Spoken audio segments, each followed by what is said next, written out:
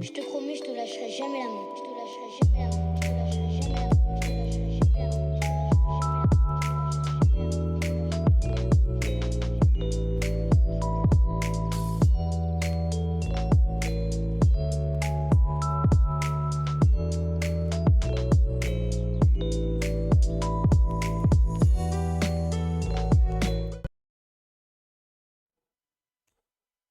Pues comenzamos. Hola, muy buenas a todos y bienvenidos a nuestra habitual cita de los lunes, una semana más. Y muchas gracias por estar ahí, por supuesto, a todos. Y bueno, saludar como siempre a mis compañeros, a Pedro, SWB a Adri, ¿qué audio tal? ¿Cómo capture estáis? ¿Qué tal not estás, registered. Javi? Muy bien. Tiene buena pinta el directo de hoy. La Muy verdad buena. que nos vamos a pasar bien. Y nada, pues no sé si se ve ya Fran. Sí, ya está por ahí. Sí, No, ya está por aquí. ya está. Ah, vale, perdón. Sí. Bueno, pues Fran, ¿qué tal? ¿Cómo estás? Muy buenas tardes, encantado de estar con vosotros. Como os decía, me hace muchísima ilusión compartir espacio y que podamos hablar un poco en general y ponernos al día. Por Hola, supuesto. Jota. Muy buenas. Que nos están escribiendo ya por la sala de chat. Pues para mí una alegría enorme, primero tenerte aquí y Y segundo, viendo porque somos grandes amigos y bueno, a Fran lo conozco, está haciendo cuentas desde hace ya 10 años y en tercero de la licenciatura estaba yo, él en segundo y ya él estaba cursando asignaturas de tercero, de cuarto, bueno, una barbaridad. Bueno, nos juntamos 4 amiguetes para los trabajos de la enseñanza de baloncesto y vaya que sí trabajamos y bueno, para el que no conozca a Fran, pues por ser breve diré que es licenciado en Ciencias de la Actividad Física y el Deporte, doctor en Biomedicina, distintos másteres y bueno, y ojo, sobre todo muy importante, cursando quinto de Medicina. Y la verdad que me quedé flipado cuando me enteré. Y por si esto no fuera poco, hace una semana me llegó un correo de él como editor invitado para un número de Nutrients, y digo, madre mía, digo, no para. Y bueno, la verdad que estás a tope y yo que me alegro. Y bueno, y por si esto fuera poco, le digo de escribir un artículo para la revista de FISAC con un mes y medio de antelación y a las 2 o 3 semanas ya lo tiene. Y le digo de hacer un Twitch un lunes por la noche y me dice que sí, que cuando quiera. O sea que, bueno, que no sé, estamos encantados contigo, la disponibilidad que siempre tienes para nosotros. Y bueno, la cosa más importante, sobre todo que queríamos resaltar, era eso, pues que tu tesis ha sido elegida como la mejor tesis del mundo dentro del campo de la medicina del deporte por la British Journal of Sport Medicine. Y por tanto, pues la pregunta un poco obligada. Primero, que nos digas quién eres, a qué te dedicas y sobre todo de qué va tu tesis, de qué ha ido tu tesis. La tesis de los 18 artículos, que me queda también loco cuando lo he visto. Así que bueno, ¿cuántos? Fran, 18 artículos, nada más y nada menos. Unos cuantos. Bueno, con respecto a lo que comentaba Javi, para mí ya sabes que es un absoluto placer, que el hecho de que me escribieran me hizo muchísima ilusión, tanto para escribir el artículo para FISAC como para estar hoy con vosotros. Así me sirve también un poco de excusa para verte a ti, para conocer un poco, aunque sea virtualmente, a Pedro y Adrián, que es mucho lo que he escuchado de ellos, pero nunca había tenido la oportunidad de compartir espacios. Y bueno, ya os digo, un auténtico placer y con muchísimas ganas. A veces cuando se hacen las cosas, como yo digo, con ganas, siempre hay tiempo y siempre hay hueco para hacerlas, ¿no? Entonces, bueno, pues la presentación que has hecho tú, Javi, un poco resume, Sí. a fin de cuentas, un poco mi trayectoria. Ahora mismo estoy trabajando en el Departamento de Fisiología de la Universidad de Granada, que es donde estoy llevando a cabo la mayor parte de proyectos de investigación en los que estoy involucrado. Y bueno, también imparto docencia de las asignaturas de fisiología celular y humana en varios grados. Doy en el grado de farmacia, en el grado de medicina y bueno, y fisiología también del ejercicio en el grado de ciencias del deporte, de medicina. O sea, comparto un poco las asignaturas con el resto de profesores. Y bueno, con respecto a la tesis doctoral, así muy resumidamente, en ella tratamos de valorar el efecto de distintas intervenciones de ejercicio físico sobre determinados biomarcadores de envejecimiento y de salud cardiometabólica, ¿no? Aplicamos distintos programas de ejercicio, unos con unas características, otros con otras características, y tratamos de estudiar si ese efecto es similar o si es superior en determinado, según la modalidad, ¿no?, de ejercicio. Muy bien, pues espectacular, la verdad, tanto la trayectoria como la tesis doctoral, que 18 artículos acabo de escuchar. Lo que más me sorprende es cómo se mete en una presentación 18 artículos. Porque si mucha gente ya se las ve jodidas para presentar, para unir 3 artículos, 18 tiene que ser una capacidad de síntesis bestial. Es que es más todo. Sí, realmente costó un poco de trabajo, pero al ir todos de la mano, al ser todos sobre una misma línea de investigación, la verdad es que la presentación a mí particularmente me gustó, y el feedback que me llegó de los miembros del tribunal, incluso del resto de integrantes de nuestro grupo, fue bastante bueno. Nosotros, al menos en nuestro grupo de investigación, se apuesta mucho por hacer las cosas metodológicamente bien, y por tanto partes de estos estudios eran metodológicos. Si queremos estudiar los efectos que tiene el ejercicio sobre una variable determinada, tenemos que asegurarnos de que la metodología que llevamos a cabo es la propicia para evaluar esa variable, ¿no? Entonces, pues planteando el hecho simplemente de valorar si aplicando distintos métodos de análisis sobre esa variable en cuestión, eso ya es un artículo científico que para nosotros tiene mucho valor. Entonces, como parte de los artículos han sido metodológicos, la verdad es que casaban muy bien en la tesis doctoral. Ha sido a gusto. Sí, sí, sí. Yo tuve que hacer un puzzle que no sabía ni dónde meterlos, porque en mi caso no todo casaba tan bien. Así que eso está muy bien. Y entonces das clase en medicina y estudias medicina. Sí, es un poco... Eres tu profesor. Sí. Bueno, afortunadamente,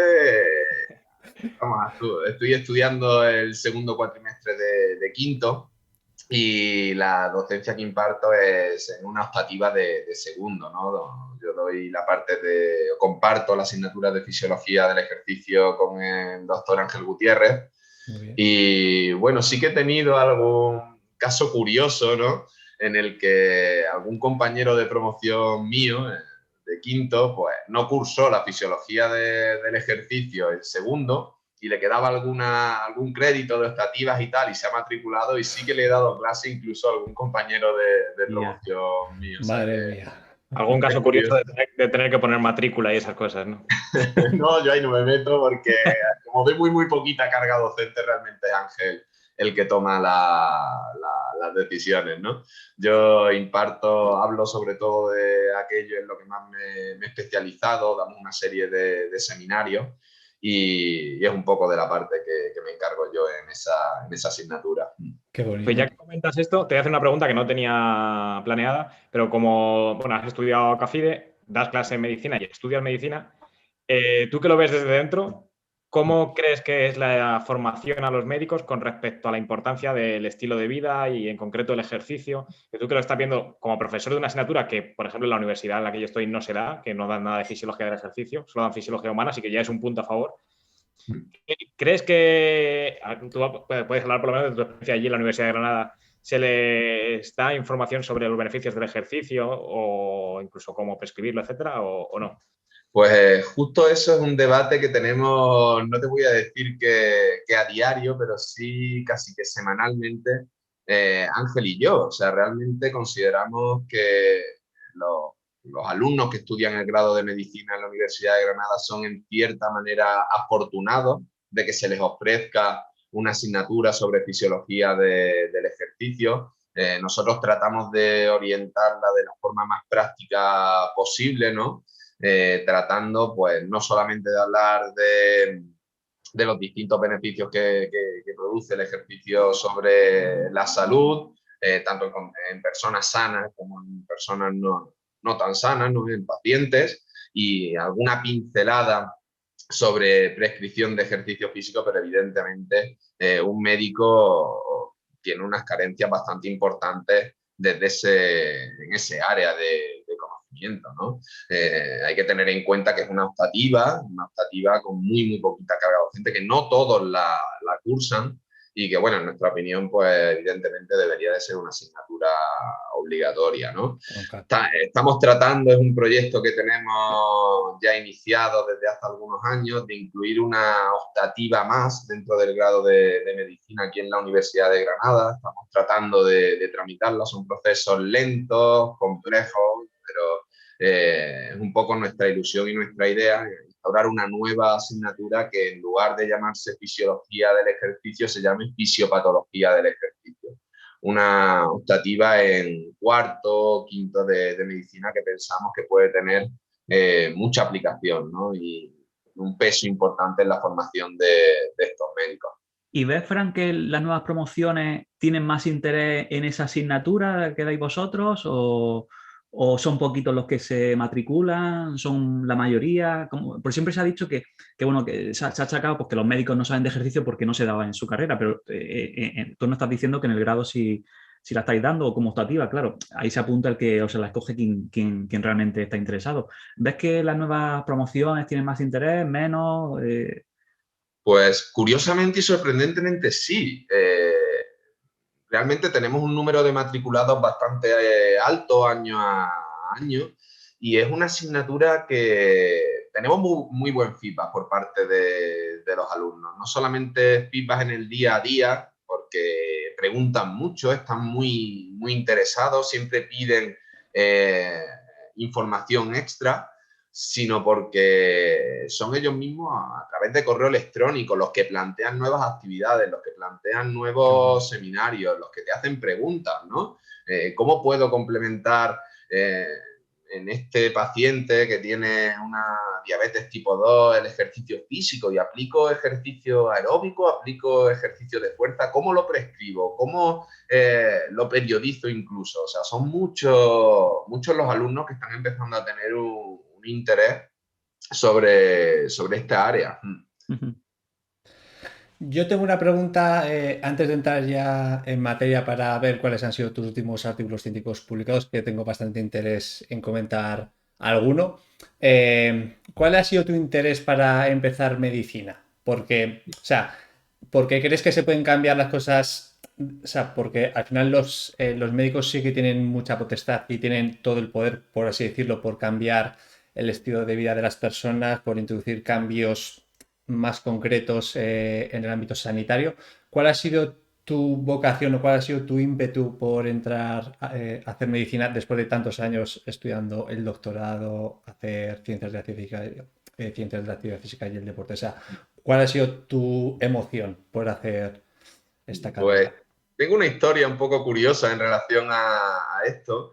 Y es que justo, bueno, cuando salieron las notas de selectividad, ¿no? Allá cuando tenía yo mis 17, 18 años, y hacíamos la petición, ¿no? Para acceder pues, a una carrera universitaria, yo tenía como primera opción también en Granada la licenciatura de medicina. Y esto fue así hasta justo una hora antes de cerrarse el proceso, ¿no? De solicitud. Y a una hora del cierre de este proceso, de segunda opción tenía la licenciatura en Ciencias de la Actividad Física y el Deporte, la cambié.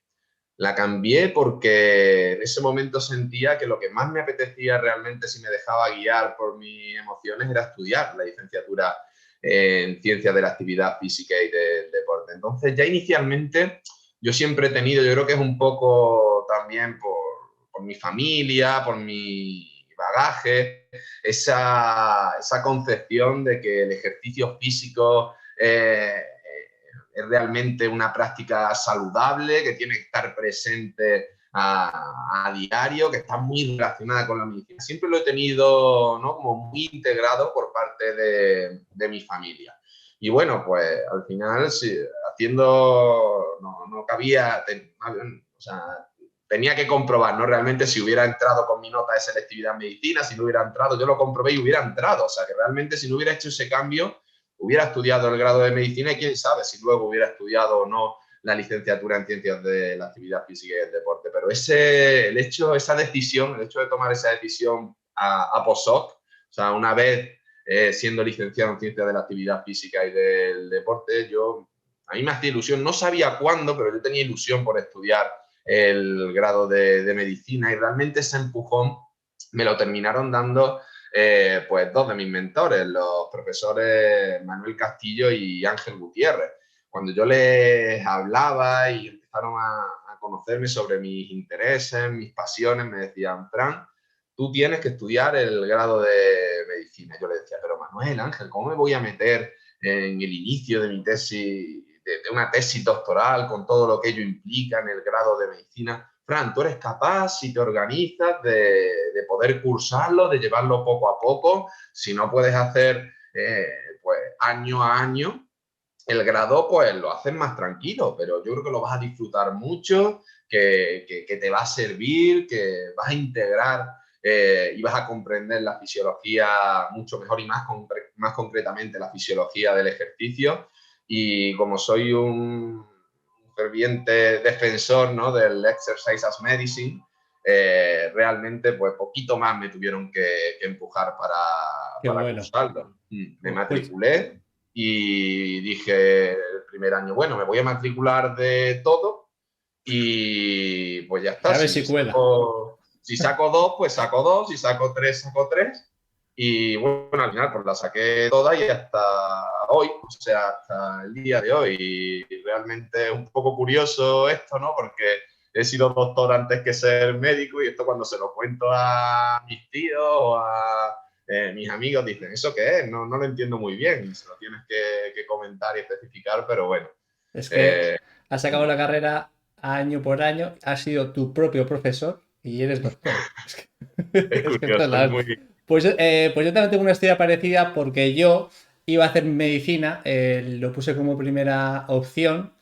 Fui a hacer las pruebas del INEF, fui a entregar el certificado, el certificado médico, me dijeron que no valía y dije, bueno, si es que me da igual porque quiero hacer medicina. Tuve que bajar mi madre al médico, le tuve que dar un certificado fake, me pasaron y al final hice INEF. Pero yo iba a hacer 100% medicina. Pero lo tenías claro. Al final parece que no. Bueno, nunca es tarde, ni mucho menos, ¿eh? Ya. Pero es que yo no tengo tanta fuerza de... Sabes que yo no soy tan bueno como tú. Así que supongo que tendré que, ¿sabes? Que esperar un poquito más. Mucho menos, Ari, ni mucho menos. Es cuestión de organización. Yo siempre lo digo. Yo cuando me dicen, pero Fran, ¿cómo llevas tantas cosas para adelante? Es que tú... lees las cosas y te quedas con ellas, las memorizas. Digo, no, yo no me considero una persona especialmente inteligente, ni mucho menos. Lo que sí soy es muy trabajador y muy organizado. Y yo creo que esas son dos características muy, muy importantes en esta rama, ¿no? Y que no tienes redes sociales. También, y que no tengo redes sociales. Las tengo, pero no las utilizo prácticamente. Que eso es muy importante. Sí. ¿Y vas con idea de hacer el MIR y dedicarte a estudiar la especialidad o simplemente quieres tener medicina? Let's see, Javi. No tengo actualmente a día de hoy, no sé realmente si cuando acabe, que terminaré, si todo sale bien el año que viene, si termino este segundo cuatrimestre y el año que viene básicamente rotatorio y TFG, que esa será otra, pues también será curioso porque lo mismo me toca de tribunal de TFG mío propio. Supongo que no será compatible, pero que podría pasar, ¿no? Tú mismo. Pero bueno, será un año más tranquilo, entre comillas, en cuanto a ese estrés de los exámenes y demás. Será de disfrutar porque tengo también muchas ganas de rotar por los distintos servicios, de conocerlos de forma más profunda. Y no lo sé, realmente no tengo claro de si ese mismo año pues prepararía Miro, de si lo harían 2, 3 años, no lo tengo claro. Ahora mismo, como yo bien digo, esto de estudiar el grado de medicina para mí es un hobby que me está, es verdad, y por eso creo que lo estoy disfrutando tanto, porque no lo estudio como una obligación, una cosa la que me va la vida, sino que lo estoy haciendo por disfrutar y por aprender e integrar. Y bueno, pues si en un año y medio, en un año y unos meses,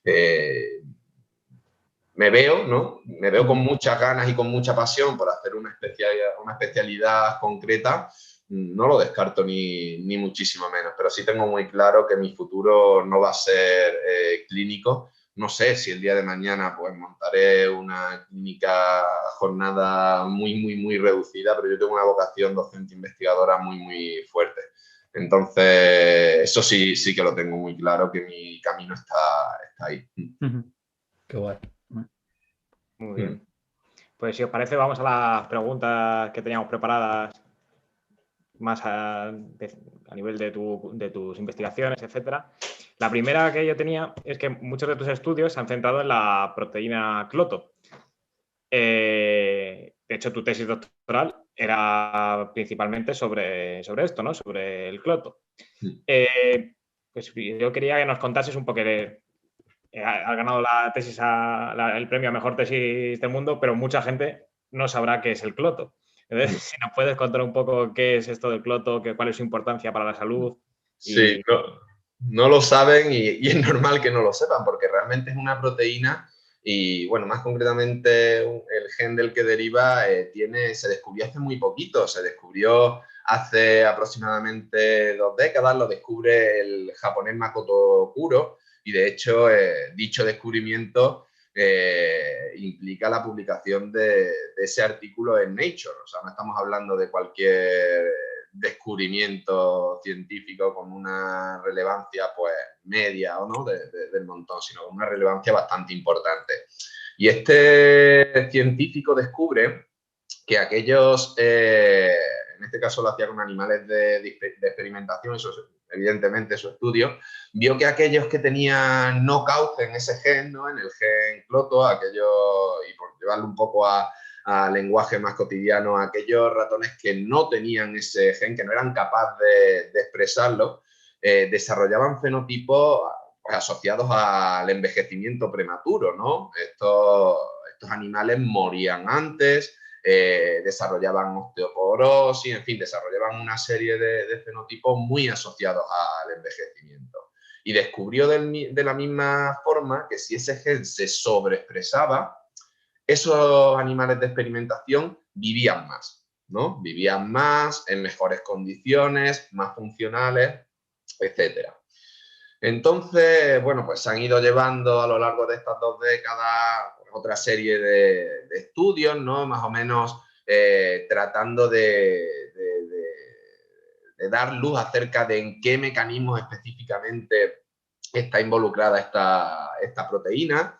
Y se sabe pues, que está relacionado con procesos inflamatorios, con reducción de radicales libres, ¿no? Un poco aquellos procesos que cuando suceden, pues como consecuencia de la propia edad se asocian al envejecimiento, ¿no? Se han hecho algunos estudios sobre esto.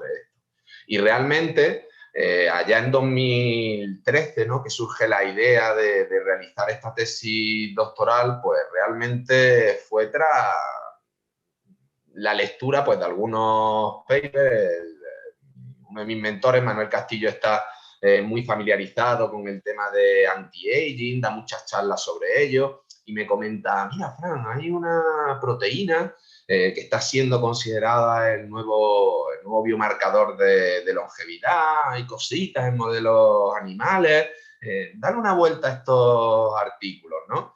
Entonces empecé a leer y claro, pues hay una obviedad, es que el ejercicio físico mejora la salud, hace que envejezcamos un poco más lento, ¿no? Y se nos ocurre la pregunta de que si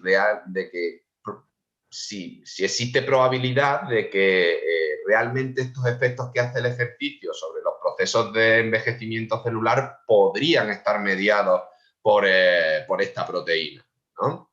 Realmente por aquellos entonces había únicamente un estudio publicado, además en ratones, en los que se decía que además era un short, era muy, muy pequeñito, publicado precisamente en la British Journal of Sport Medicine, en el que decían que tras hacer ejercicio en agudo, en ratones, pues que se incrementaba, parecía que se incrementaban los niveles de esta proteína. Entonces empezamos ahí a enganchar un poco ideas y planteamos esa pregunta de investigación. Planteamos la pregunta de investigación de que si un programa de ejercicio físico bien diseñado, bien programado, periodizado, adaptado a las características de los individuos que lo llevan a cabo, pues induce un incremento de estos niveles de proteína cloto. Y, por supuesto, si estos cambios se asocian a cambios en otros biomarcadores pues, más comúnmente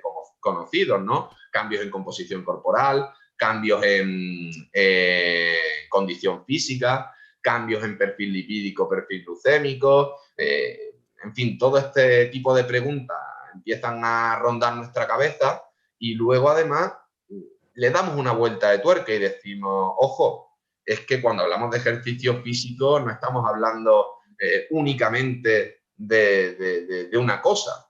Es que hay muchas modalidades de ejercicio físico y diferentes estímulos podrían inducir diferentes respuestas, ¿no?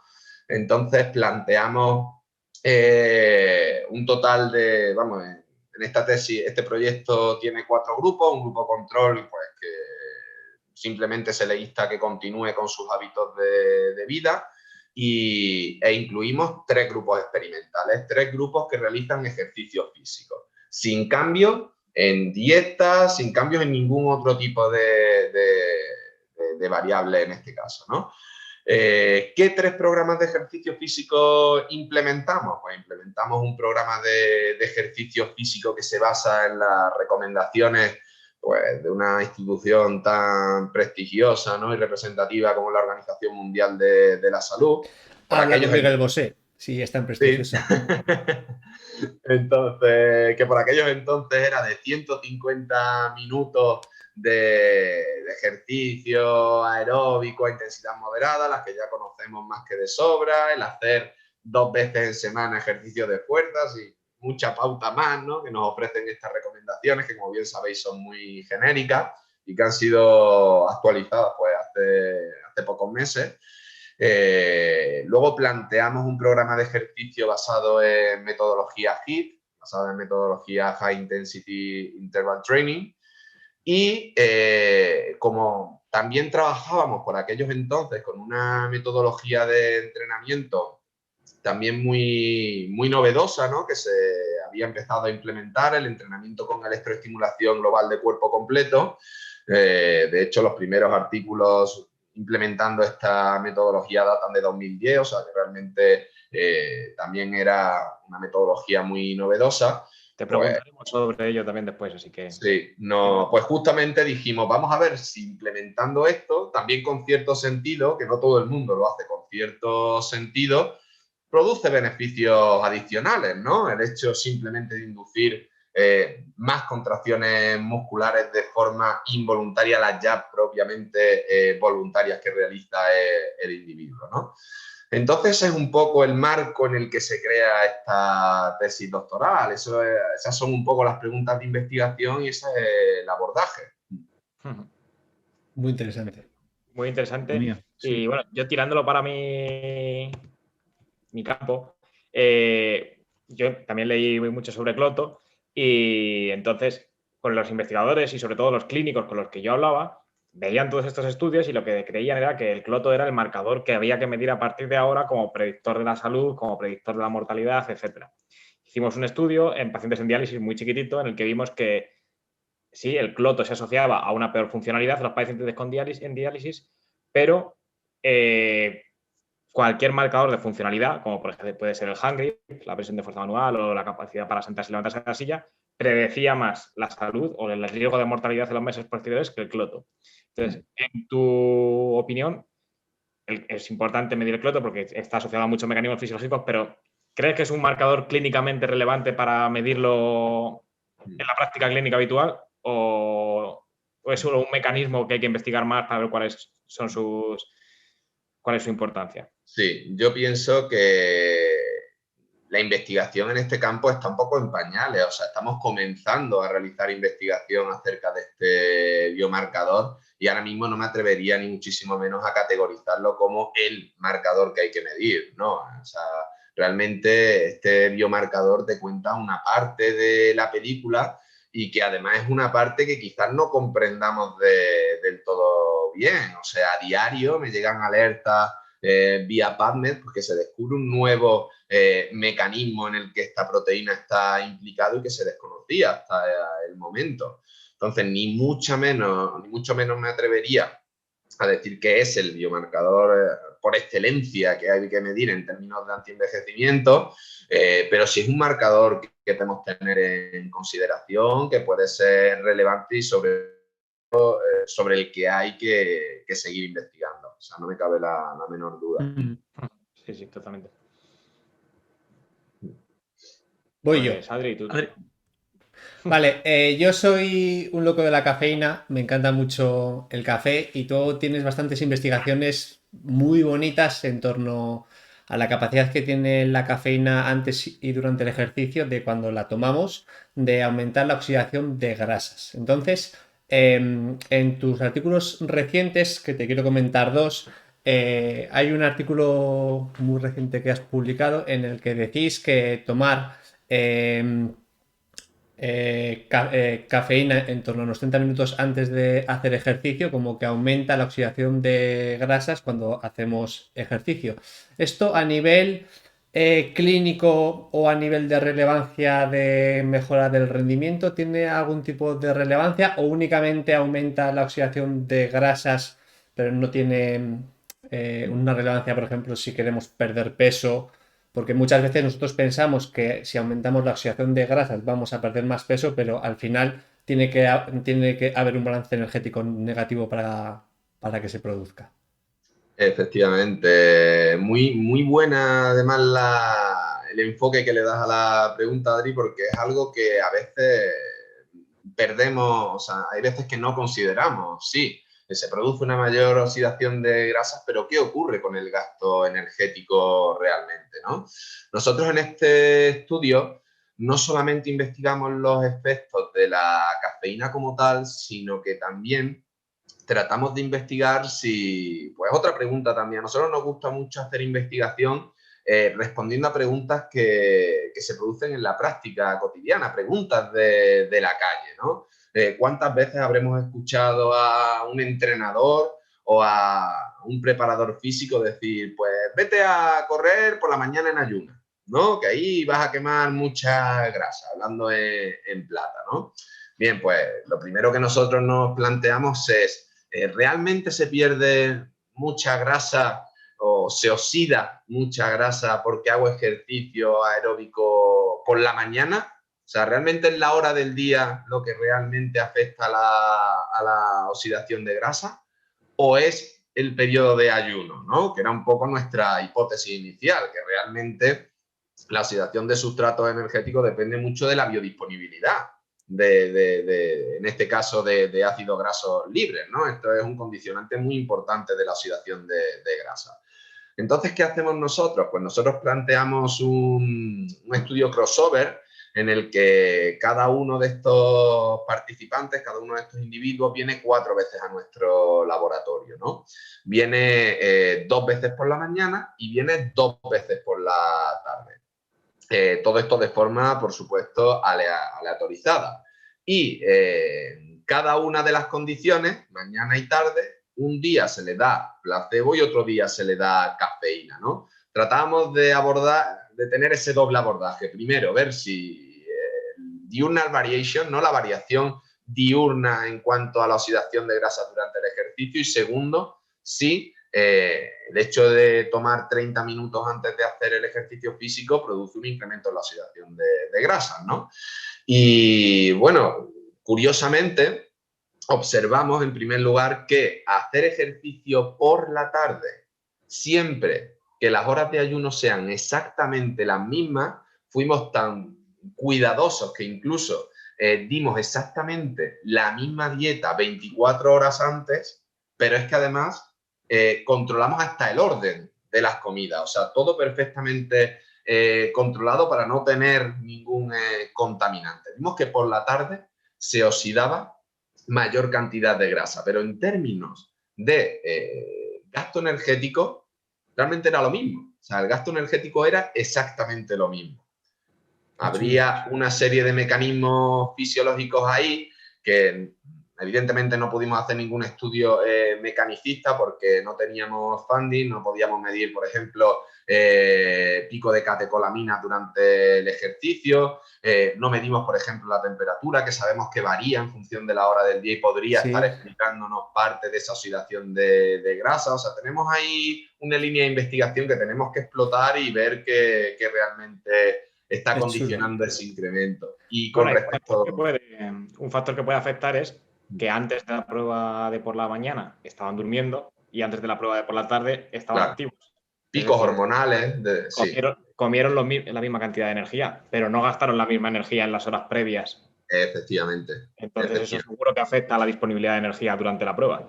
Seguro. Pero sí se sabe... Pero sí se sabe, por ejemplo, que la función mitocondrial parece ser que está incrementada por la tarde-noche.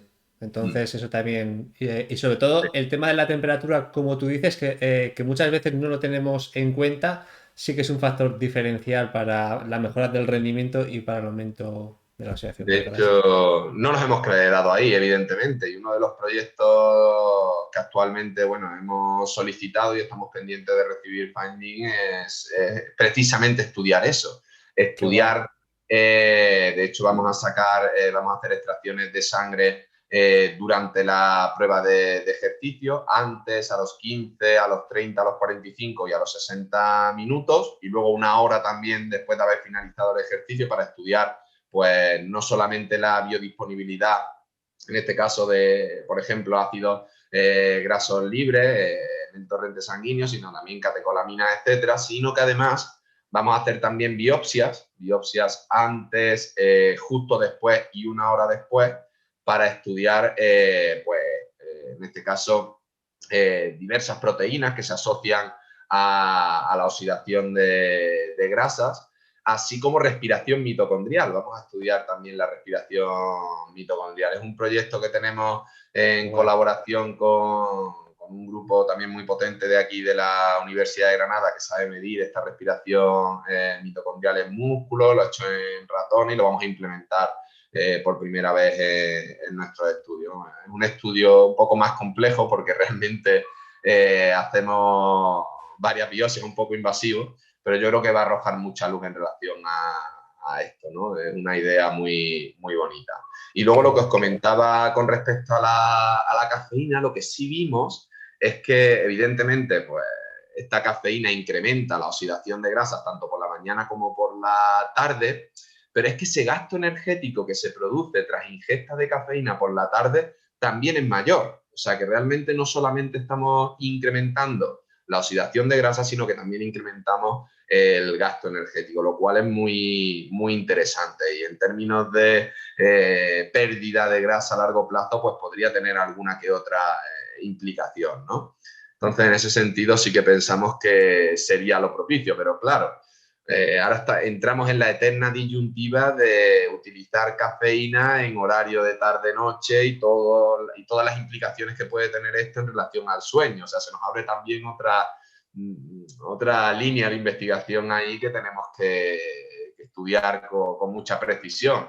Quizás no es lo mismo, quizás podemos implementar cafeína a las 4 o las 5 de la tarde y no hay implicaciones en términos de cantidad y calidad de sueño, pero no lo podemos hacer a las 7 o las 8 de la tarde.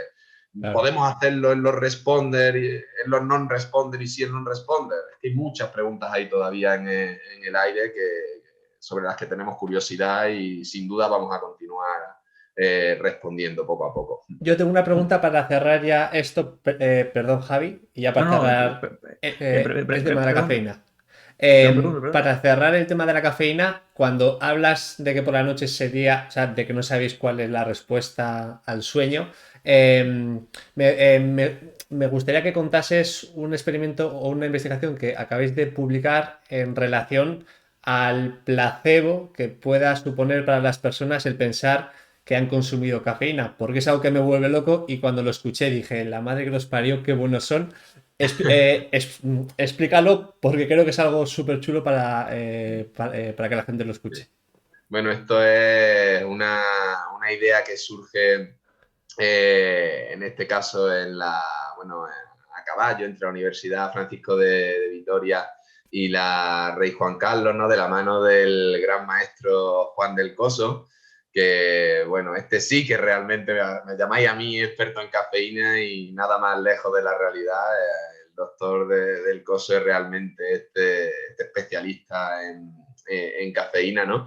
Y bueno, pues tras debatir, es un grupo con el que colaboro de forma activa desde que estuve dando pues, docencia en la Universidad Camilo José Cela, como trabajamos en temas parecidos y tal, pues, y además son muy, muy buena gente, ¿no? Como yo digo, pues conectamos casi desde el primer día. Y bueno, pues tras organizar varias reuniones, se plantea la posibilidad de estudiar realmente de esto, ¿no? O sea, si el hecho de saber que estoy ingiriendo cafeína sin ser cafeína tiene algún efecto sobre la oxidación de sustratos energéticos durante el ejercicio, ¿no? Entonces planteamos también un estudio crossover en el que se le dice al participante que va a venir 2 veces, un día en el que se le va a dar cafeína y otro día en el que se le va a dar un placebo y va a hacer sus 60 minutos de ejercicio aeróbico y se va a estudiar su cinética de oxidación de grasa durante el ejercicio, que todo esto va a ser aleatorizado y que no sabemos muy bien realmente cuándo le vamos a dar una cosa, cuándo le vamos a dar la otra. Y luego, una vez que hacemos estas 2 sesiones, contactamos con el participante y le decimos que en el análisis de datos pues, hemos tenido un problema con la condición de cafeína y que tenemos que repetirla. Entonces le decimos al participante que va a tomar cafeína, pero realmente le estamos dando un placebo, ¿vale? Esta sería un poco la idea de las 3 condiciones experimentales que tenemos. Y observamos que los ratios de oxidación de grasa durante el ejercicio fueron exactamente los mismos en la condición del falso placebo que cuando se estaba tomando la cafeína. Es decir, cuando le estoy diciendo a la persona que está consumiendo cafeína pero está tomando su placebo. Lo mismo exactamente que cuando se consume cafeína. O sea que ahí hay una serie de mecanismos pues, más a nivel psicológico que también afectan la cinética de oxidación de sustratos energéticos. Que incluso estaría bien saber si esas personas después duermen mejor o peor. Efectivamente. Estaría, vamos, genial. Genial estudiarlo. ¿Y Qué cómo guay. cómo medir la oxidación de grasa, Fran? Lo hacemos mediante calorimetría indirecta. O sea, cuando un participante viene al laboratorio y hace ejercicio, pues ponemos su mascarilla, conectamos con el analizador de gases, registramos consumo de oxígeno, producción de CO2 y hay una serie de fórmulas estequiométricas, ¿no? Que tienen ya pues, muchos años. Nosotros utilizamos comúnmente la ecuación de Frame para el cálculo de oxidación de grasa y en función de la producción de dióxido de carbono y del consumo de oxígeno calculamos en gramos por minuto cuánta grasa se está oxidando. Igualmente se puede hacer para carbohidratos, igualmente se puede hacer para gasto energético total, que nosotros solemos emplear fundamentalmente la fórmula de Weir abreviada. Yo te quería, mucha gente seguro que te empezó a conocer en aquellos vídeos que subía Ángel Gutiérrez a Facebook de los entrenamientos que hacíais con electroestimulación y bueno, como has comentado que implementabais en tu tesis uno de los grupos que implementabais el programa de ejercicio con electroestimulación de cuerpo completo, te quería hacer dos preguntas como gran experto. Bueno, gran experto tú, no yo, claro. Y bueno, sobre todo, ¿cómo ves la aplicación de electroestimulación en entorno clínico, sobre todo actualmente, cómo la veríais?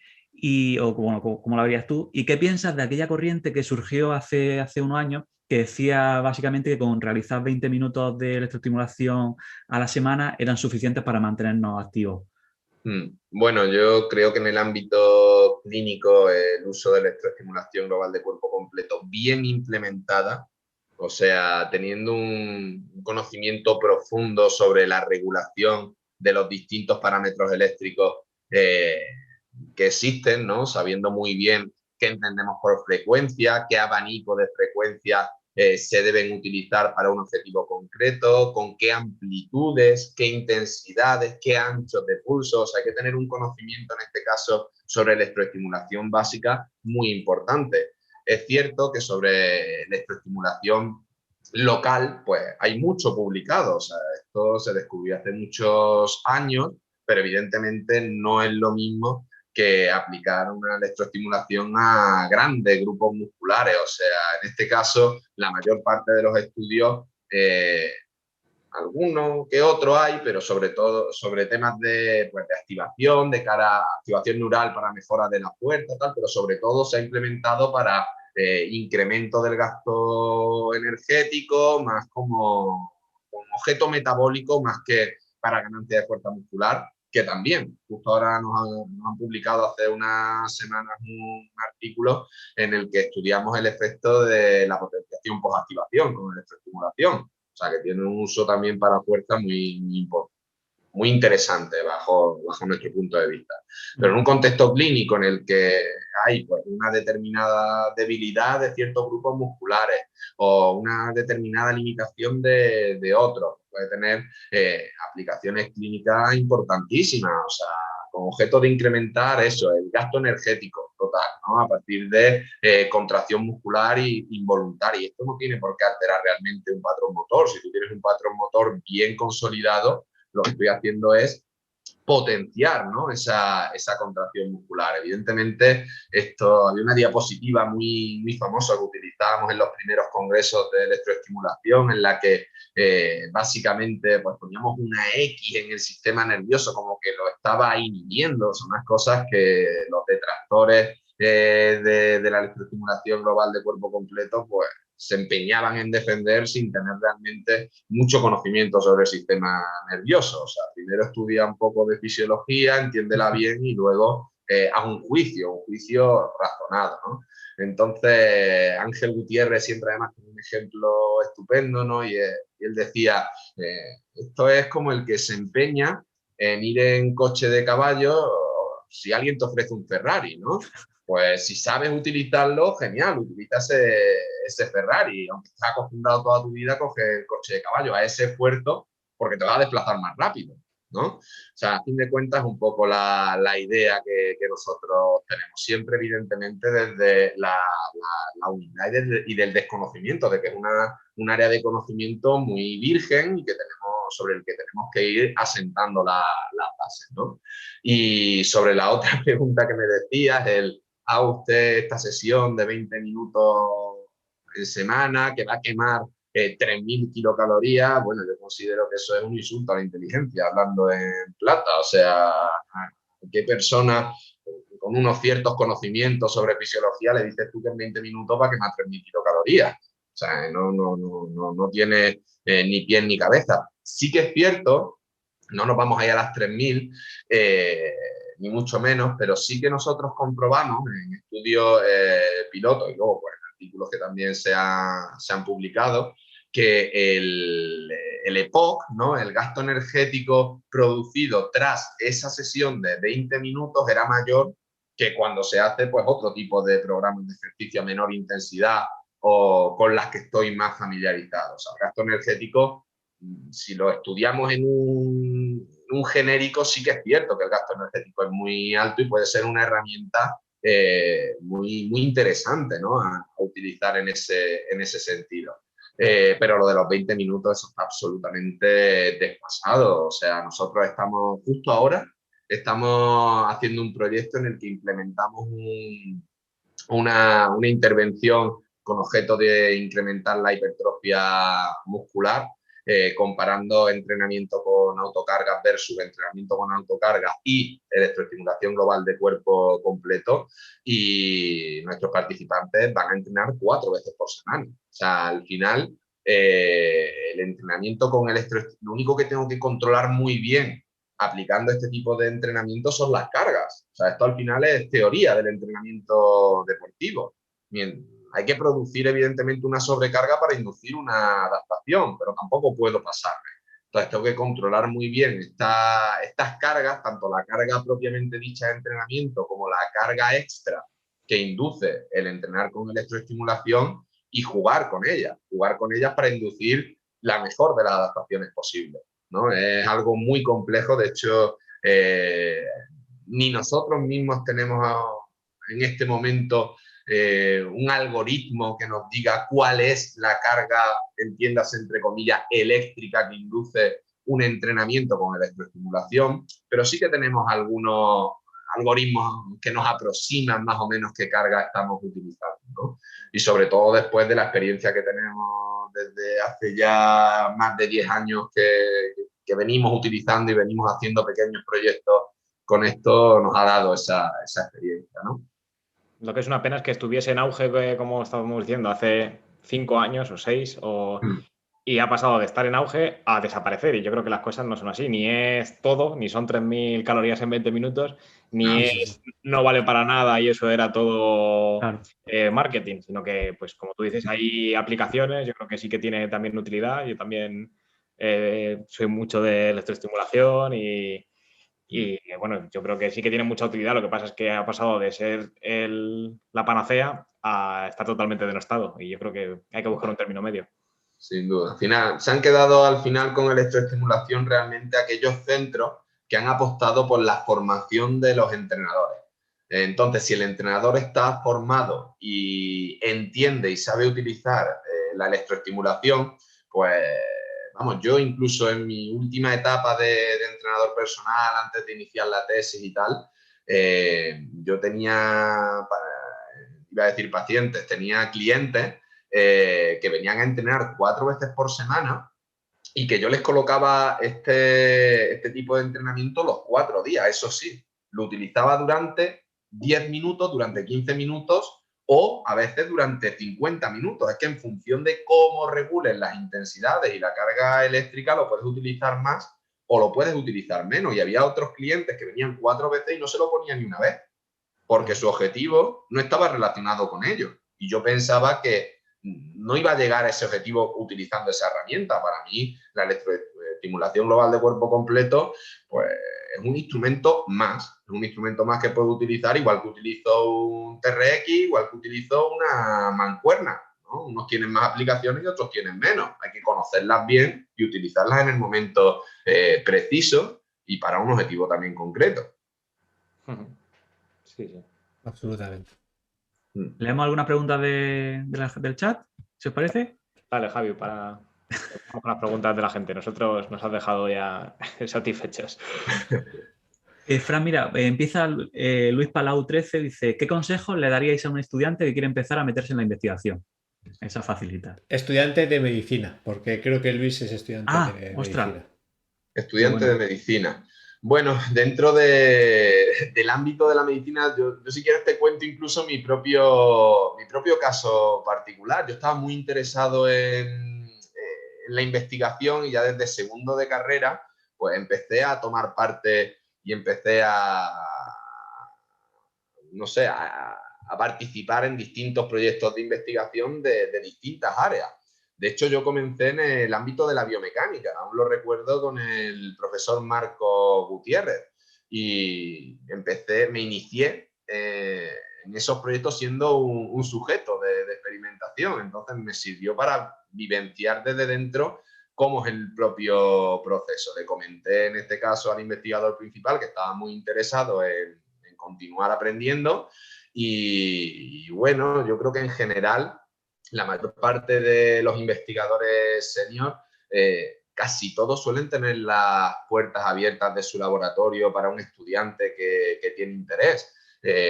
Luego yo me di cuenta, la biomecánica me gustaba, pero me di cuenta de que no me apasionaba y pues viré un poco hacia el ámbito de la fisiología, que era realmente lo que a mí me gustaba, ¿no? Y en todo momento, yo al menos en mi experiencia personal, nunca he tenido unas puertas cerradas de un laboratorio cuando he ido a hablarlo con un investigador más senior. Y de hecho, cuando yo tengo un estudiante que ahora en primero o en segundo me dice, me gusta mucho esta línea de investigación, me gustaría formar parte. Pues justo para que te hagas una idea, la semana pasada, una de mis mis estudiantes de farmacia, además, que ya es difícil que esté interesada en temas de ejercicio y tal, pues me dijo en clase que ella quería iniciarse y bueno, me lo dijo un martes y el miércoles estaba en el laboratorio y estaba explicándole un poco pues el proyecto que estábamos llevando a cabo, le presenté al doctorando que estaba llevando, que era el responsable del proyecto y bueno, se integra, no puede venir evidentemente con tanta asiduidad como le gustaría porque está estudiando. Yo se lo dije que lo primero que tiene que hacer si quiere dedicarse al ámbito de la investigación es tener un brillante expediente académico, que es lo que te da acceso a una beca de investigación inicialmente y luego pues a un contrato de formación de profesorado universitario. O sea, no puedes renunciar a eso para meterte al 100% en un laboratorio, pero bueno, puedes ir semanalmente 1 o 2 veces e ir aprendiendo poco a poco. Yo sería el consejo que le daría a un estudiante que quiere iniciarse. Muy bien, muchas gracias, Fran. Y a Luis por la pregunta. Casilla79 dice, ¿se podría medir la temperatura corporal con termografía para el estudio para saber si unos músculos más calientes o más fríos pueden oxidar más grasas? Sí, de hecho nosotros lo hacemos concretamente con botones de temperatura.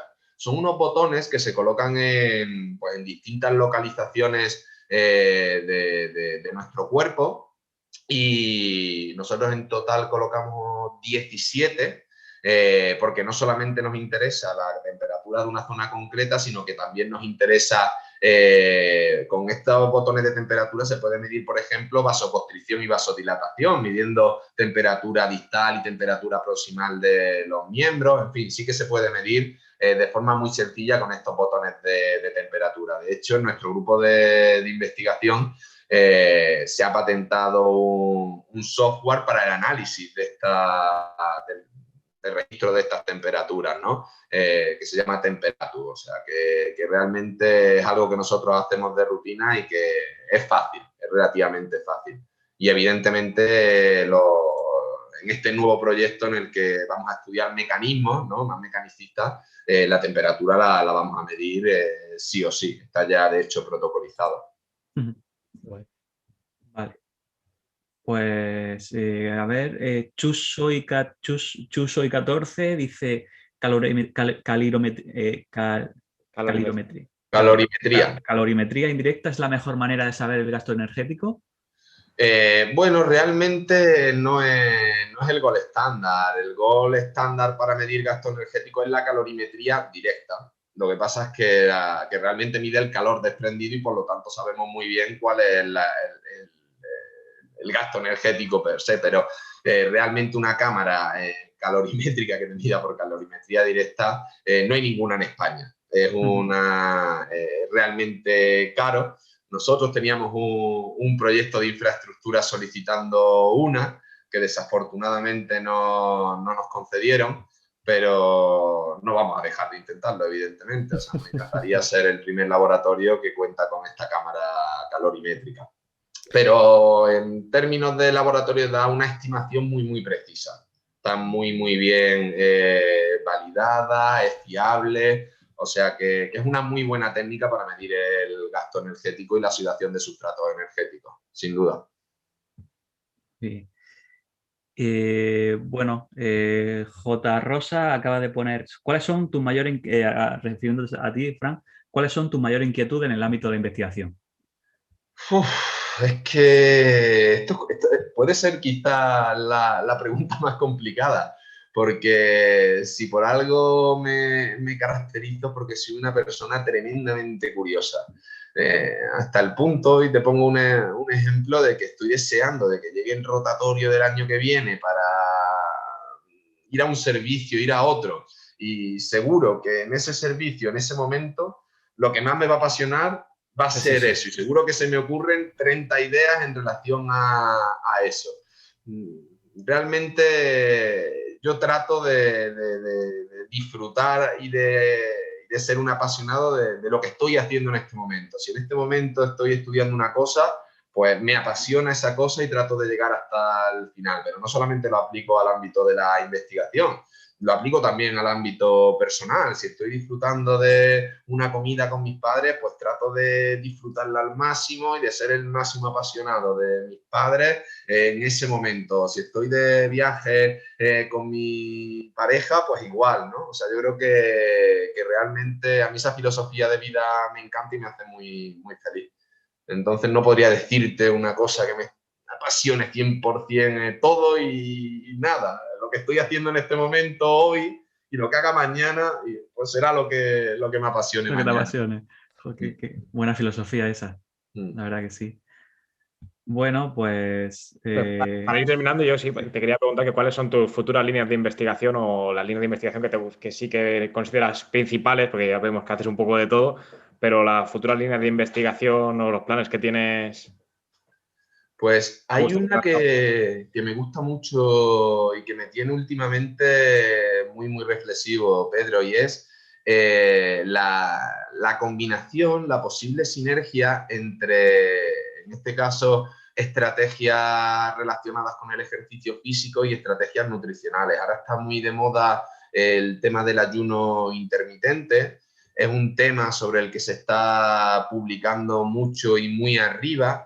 Pero realmente no hay estudios, no hay RCTs muy serios en los que se vea si es eficaz, si es adherente, si se mantiene a largo plazo, si este produce mayores beneficios en unas edades o en otras, si realmente produce beneficios, que parece que sí, pero si esos beneficios, por ejemplo, están asociados al hecho de hacer ayuno intermitente per se o al hecho de que el ayuno intermitente induce una restricción calórica, que es la que realmente produce esos beneficios pues, en términos metabólicos. Entonces, es un tema que me gusta mucho, sobre el cual estoy leyendo mucho últimamente y un poco en la línea de la tesis doctoral y fruto un poco de la buena relación que tengo con Guillermo Sánchez, que está actualmente en el Pennington Institute, ¿no? Allí es uno de los centros más punteros en el ámbito del metabolismo energético. Bueno, allí hay proyectos de millones y millones de dólares y uno muy concreto que a mí me interesa mucho es el proyecto Calorie, en el que Está se chulo, ¿eh? aplica, te suena, ¿no? Sí, sí. Pues en el que se aplica realmente un programa de restricción calórica a largo plazo en individuos con sobrepeso, obesidad y tal, y estamos intentando hacer una proposal para medir niveles de proteína cloto y ver si realmente la restricción calórica también se ve modificada cuando, o sea, la proteína cloto se ve modificada cuando se aplica una restricción calórica, ¿no? Y una vez que sepamos esto, ver si existe sinergia entre ejercicio y restricción calórica, ayuno intermitente, ¿no? Esas estrategias nutricionales con objeto nuevamente de retrasar, por así decirlo, el proceso de envejecimiento, no solamente con cloto como biomarcador estrella, sino también muchos otros que nos gustaría medir. Todo va a depender un poco de los findings que tengamos, ¿no? Ver si existe efecto techo, si no existe efecto techo y son sinérgicos. O sea, son preguntas que últimamente me rondan la cabeza y que me interesa mucho responder. Pues sí, es un tema en auge que, bueno, ya llevamos unos cuantos años sacando evidencia y seguro que, como tú dices, sale evidencia, pero RCT bien hechos todavía Muy no pocos. hay muchos, así que Hay muchos hacen falta. ratones y todo eso, pero la verdad es que en humanos hay muy De poquito. poquito. Ujú. Muy bien, pues si hay más preguntas de los oyentes, Javi, que... Bueno, Mario Cot dice, ¿proyecto más ambicioso, Fran? Proyecto más ambicioso. Para terminar. Proyecto más ambicioso. Pues realmente, ya te digo, yo creo que mi proyecto más ambicioso es el que El estoy día a día. desarrollando hoy y mañana el proyecto más ambicioso será el que esté desarrollando mañana. O sea, ahora que voy a terminar de charlar con vosotros, y tengo que prepararme la comida de todo el día de mañana, porque yo me levanto todos los días a las 4:30, a las 5 de la mañana, y llego a casa pues a las 8, las 9, pues mi proyecto más ambicioso esta noche será prepararme la comida más rica del mundo para que en esos breaks que hago pues los pueda disfrutar, ¿no? Y mañana, cuando vaya a clase e imparta los mecanismos de filtración, reabsorción y secreción de la nefrona, que es lo que me toca impartir mañana a primera hora, pues ese será mi proyecto más ambicioso. O sea, me gusta mucho vivir el momento y dar todo de mí en el día a día.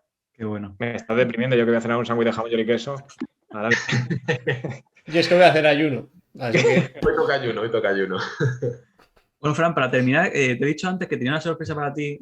Sí, pues ya, no quería hacerte, pero ya que has sacado tú el nombre también de Guille, bueno, es que está hablando esta tarde con él, Guille Sánchez, un buen amigo nuestro, y le he comentado que iba a estar aquí con nosotros. Y me ha dicho, dice, puedes preguntarle si cree que las noches que pasaste ahí en el Camborio, relacionándoos con el Camborio, es un pub de ahí de Granada, creo, ¿no, Fran? Sí, me suena. Relacionándoos con estudiantes extranjeros, os ha ayudado a internacionalizar vuestra investigación. Sin ninguna duda. Dentro del grupo de investigación somos tremendamente sociables. Tenemos un círculo muy, muy abierto y yo creo que es un poco también fruto del éxito del grupo de investigación, ¿no? Tenemos relación con más de 10, 15 centros de investigación distribuidos por toda la geografía e incluso en el Camborio, pues nunca es un sitio malo para establecer nuevos contactos, ¿no? Y nuevas oportunidades para crear nuevos proyectos. Sin duda. Hipótesis de estudio seguro que también salió alguna. Seguro que sí. Salieron. Sobre el gasto calórico. Muy bien, Fran. Muchas gracias, Fran. Muchísimas gracias, tío. Muchas gracias a Fran, muchas gracias a todos los que nos seguís en directo y a los que nos veis después en diferido.